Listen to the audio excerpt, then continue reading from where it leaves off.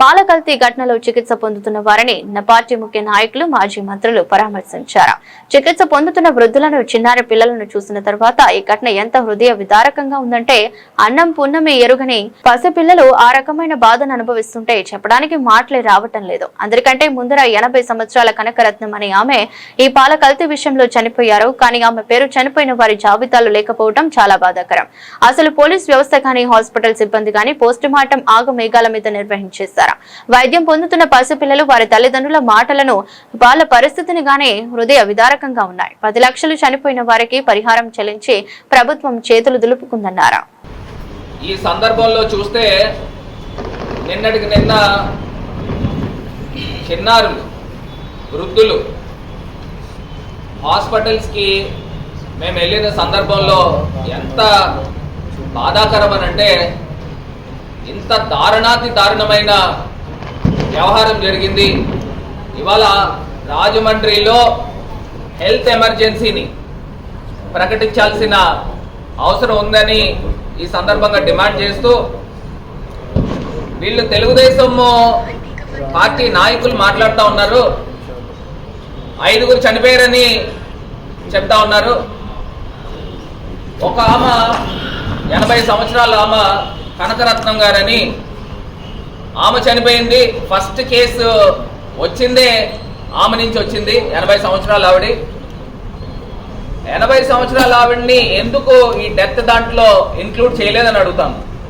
ఇది కాక police department, hospital సిబ్బంది కూడా పోస్ట్ మార్టం చాలా హడావిడిగా ఆగమేఘాల మీద కంప్లీట్ చేసిన సందర్భం. ఇవాళ అభం శుభం తెలియని చిన్నారులు రెయిన్బో హాస్పిటల్ చూస్తే నిజంగా హృదయ విదారకం.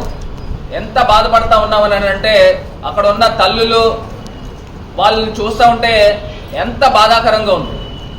నిజంగా నేను అడుగుతా ఉన్నా, ఈ ఘటన జరిగి 18 శివరాత్రి వెళ్ళిన తర్వాత 18, 19, 20 తారీఖుల్లో జరిగినప్పుడు వైఎస్ఆర్ కాంగ్రెస్ పార్టీ ఇది మేము నెత్తినప్పుడే ఈ గవర్నమెంట్ ముందుకు వచ్చి నిన్న మా బృందం అంతా కూడా పర్యటన చేస్తే 10 లక్షల రూపాయలు వెంటనే చెక్లు ఇచ్చే కార్యక్రమం.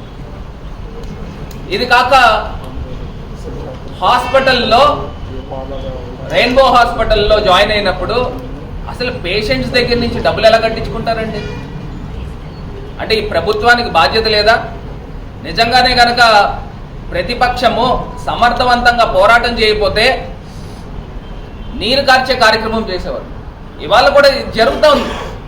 ఏమని జరుగుతూ ఉందని అంటే, అందులో ఆ ట్యాంకర్ ఏదైతే ఫ్రీజర్లో పెట్టారంట, ఇథిలీన్ గ్లైకాల్ అనే ఒక కూలెంట్ అందులో కలిసిందని చెప్తా ఉన్నారు. అసలు పోలీస్ డిపార్ట్మెంట్ కూడా ఈ కుక్డప్ స్టోరీస్ని మానుకోండి. దీన్ని ఏం చేస్తూ ఉన్నారు? ఎథిలీన్ గ్లైకాల్ ఇప్పుడు నిజంగా ఫ్రీజర్లో పెట్టారు. పెట్టినప్పుడు ఒక 50 లీటర్ల పాలలో ఎంత ఇథిలీన్ గ్లైకాల్ కలిస్తే పాయిజన్ అవుతుందండి? ఒకవేళ నిజంగా ఇథిలీన్ గ్లైకాల్ అనేది నేను నెట్లో చూస్తే అది బ్లూ కలర్లో ఉంటుంది. కలర్ మారదండి. పాలు తెల్లగా ఉంటాయి.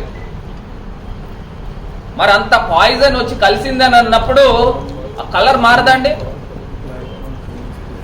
నిజంగా ఎంత కుక్డప్ స్టోరీ అంటే, నిన్న పాల కేంద్రం అతన్ని, ఆ గణేష్ అనే వ్యక్తిని కాపాడే కార్యక్రమం చేస్తున్నారు. ఎందుకు కాపాడుతూ ఉన్నారు? మీ తాలూకా వ్యక్తి అతను అంటే ఇది ఒక యాక్సిడెంట్ కిందనే చిత్రీకరించే కార్యక్రమం చేస్తూ ఉన్నారు. ఈ కార్యక్రమము అడల్టరేషన్ జరగలేదు. దీంట్లో ఇథిలీన్ గ్లైకాల్ అనేది యాక్సిడెంటల్గా అందులో మిక్స్ అయ్యింది. సో దీన్ని డైవర్ట్ చేసి ప్రభుత్వంకి ఏ రకమైన బాధ్యత లేదు అనే కార్యక్రమమే కదా ఈ ప్రభుత్వం చేసేది. అంటే ఈ ప్రభుత్వానికి, చంద్రబాబు నాయుడు గారికి వెన్నతో పెట్టిన విద్య.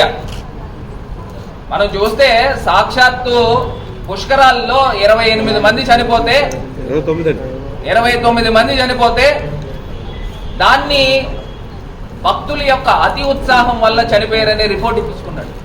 నేను అడుగుతా ఉన్నా, నిజంగానే గనక చిత్తశుద్ధి ఉంటే ఆ సీసీ ఫుటేజీలు బయట పెట్టండి.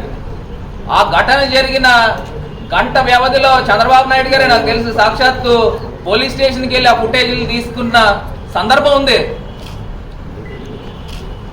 అంటే వీళ్ళని ఏదో రకంగా దాన్ని ఏవైతే సాక్ష్యాలు ఉంటాయో దాన్ని ఒక క్రిమినల్ మైండ్ సెట్ ఉంది కాబట్టి దాన్ని ఏ రకంగా మార్చే కెపాసిటీ ఉన్నవాళ్ళు. నిన్న తూర్పుగోదావరి జిల్లా తెలుగుదేశం పార్టీ ప్రెసిడెంట్ చెప్తా ఉన్నాడు, ఆ గణేష్ అనే వ్యక్తి ఆయన కూడా తాగాడట పాలు.